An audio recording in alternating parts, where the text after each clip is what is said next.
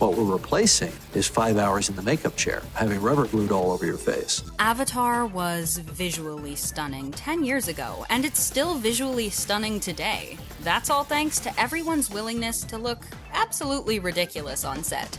Number 1. Let's take a dip in the water for a second. For the Avatar sequel, Kate Winslet had to learn to hold her breath underwater. While we thought it was impossible to hold your breath for more than a couple of minutes, we can guarantee that her record took our breath away. She got up to a whopping 7 minutes and 14 seconds. I know, I'm very proud of that, actually. They couldn't use scuba gear underwater, so it was just easier for her to learn to completely obliterate her lungs, we guess. It's not something I could just jump in the bath and do right now. Number 2. So help us, there better be lots of Banshees in Avatar 2. They were the coolest part of the original. Sadly, they weren't exactly cool without all the CGI and special effects. Honestly, whatever it is Sam Worthington is riding on, it's not an alien bird. It looks more like a baby toy, or maybe a knockoff mechanical bull. James Cameron's biggest question when it came to the Banshee was, what is the metaphor we're trying to get across? People have asked me, what was your inspiration? What was the trigger? They're looking for some kind of proximal cause. He wanted the Banshee to be birds of prey. Eagles. Alien eagles. Number 3. Water. A necessary life force, and also a huge pain. The tracking dot technology sure has come a long way since the first Avatar. However, they did run into a problem with the tech when they found themselves in a new environment. The CGI tracking dots would reflect off of the water. This was one of the many challenges the new environment had on technology that was no big deal in the jungle. Number 4. The stunt actors would have had their work cut out for them. The nice thing about hiring stunt actors for a CGI film is you don't need to worry about matching doubles so much. Look at the special skills these actors had at their disposal. Vine swinging? Come on, what? Ruben Langdon? Hits the ground harder than anybody I know. And for the sequel, Sigourney Weaver revealed that all of the actors had to learn parkour.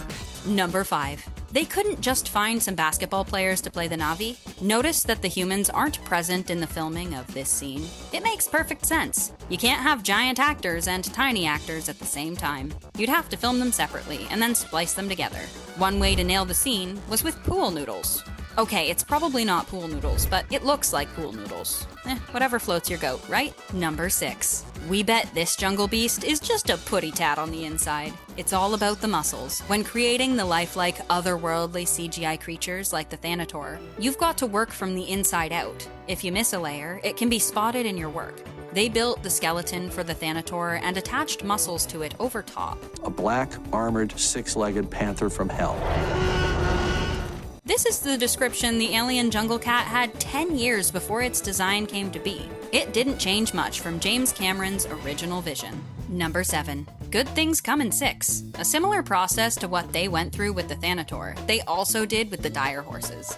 They had to completely re-engineer a horse's anatomy in order to make the hexapedal design work.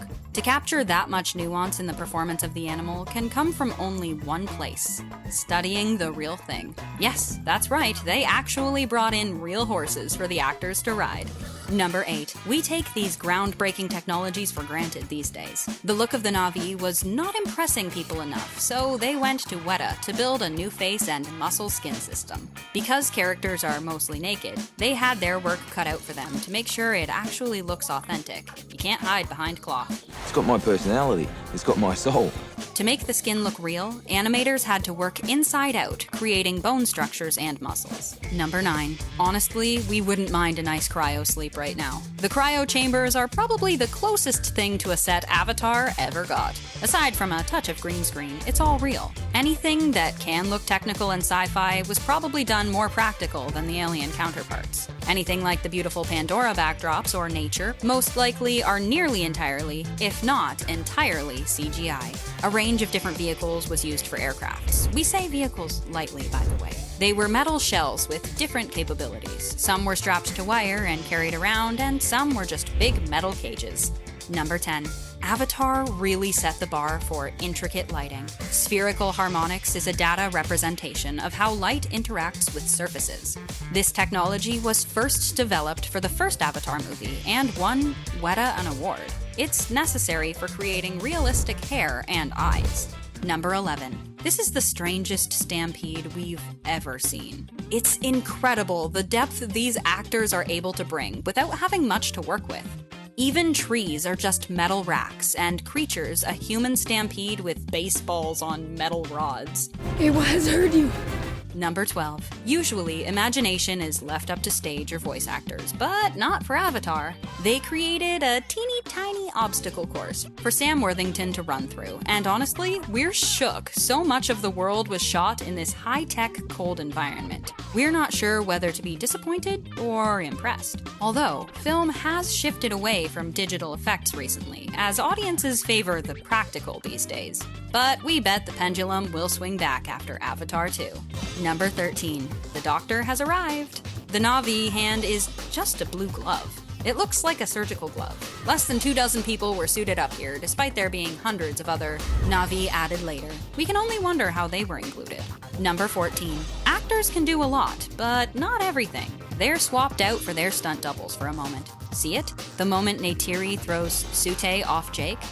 Is this true? Number 15. None of the stunts were CGI, folks. Okay, they were CGI, but that doesn't mean the actors and stunt people didn't still have to follow through with them. Honestly, we're quite impressed with this. It's really gonna hurt in the morning. Number 16. Jake and the Giant Beanstalk.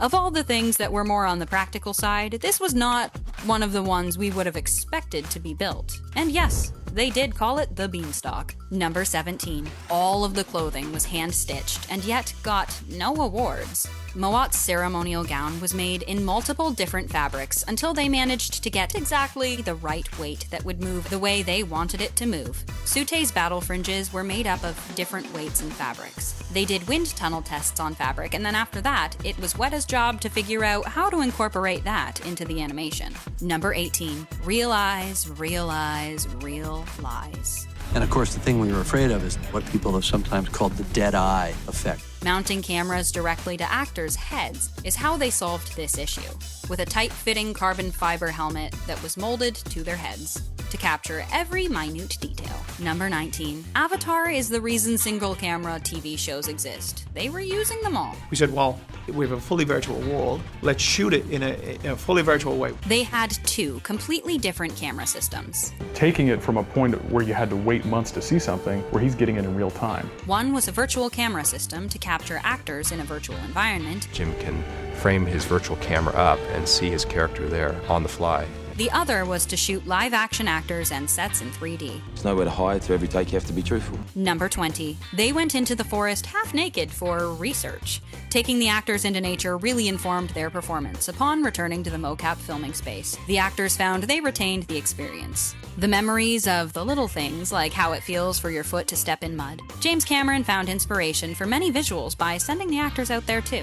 But I think the biggest part of it that was valuable was just the kind of kinesthetic sense memory. Number 21. On top of fight training, learning a new language, etc., the actors also needed to learn choreography. All of the movement was specially choreographed, but sadly, many dance numbers were actually cut out of the film. Without the choreographer, the Na'vi would have been missing an integral part of their characteristics as a community. Number 22. James Cameron grew tired waiting for the tech to catch up, so the Avatar crew invented it themselves. Jim wrote Avatar way back in 1994. It was meant to be made right after Titanic, but the technology just wasn't there yet, so the script got put off until it could catch up in order to honor Jim's vision.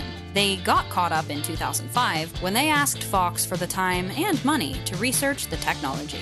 Could we really do the things we think we could do? Number 23. Before Avatar, there was Avatar. Before they ever had their actors cast, they cast 2 temporary actors to create a 37-second clip. Why save? Yes. Why save? Just creating this prototype would have cost a fortune. Number 24. Cats were a huge part of the Na'vi design. I feel like I'm blue and I'm 9 feet tall, and I'm as sexy as hell. Arriving at the design of the Na'vi was no easy task. Jim always knew he wanted them to be blue. But the animal features like the cat ears, tail, and nose, as well as lemur-like eyes, came organically along the way. At first, they were designed to look amphibious. And then, more alien with antennae and such, they kept coming back to blue-skinned humans, and that wasn't working either. But the big problem was, Jim didn't feel he could tell a love story if the characters weren't beautiful. I wanted people to say, I want to be one of them.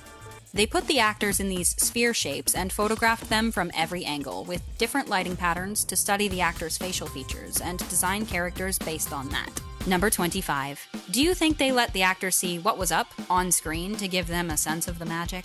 The stunning bioluminescent tree is nothing more than a few threads on a metal pole, but you probably figured that out by now. But what they could see behind their specialized camera was already nearly good enough for a video game. Maybe not for theaters, but for a video game, while the wood sprite was puppeted on a stick. So, Avatar is making its triumphant return to theaters. Did you bear witness to history being made the first time? Let us know in the comments, and thanks for hanging out with us here at The Things.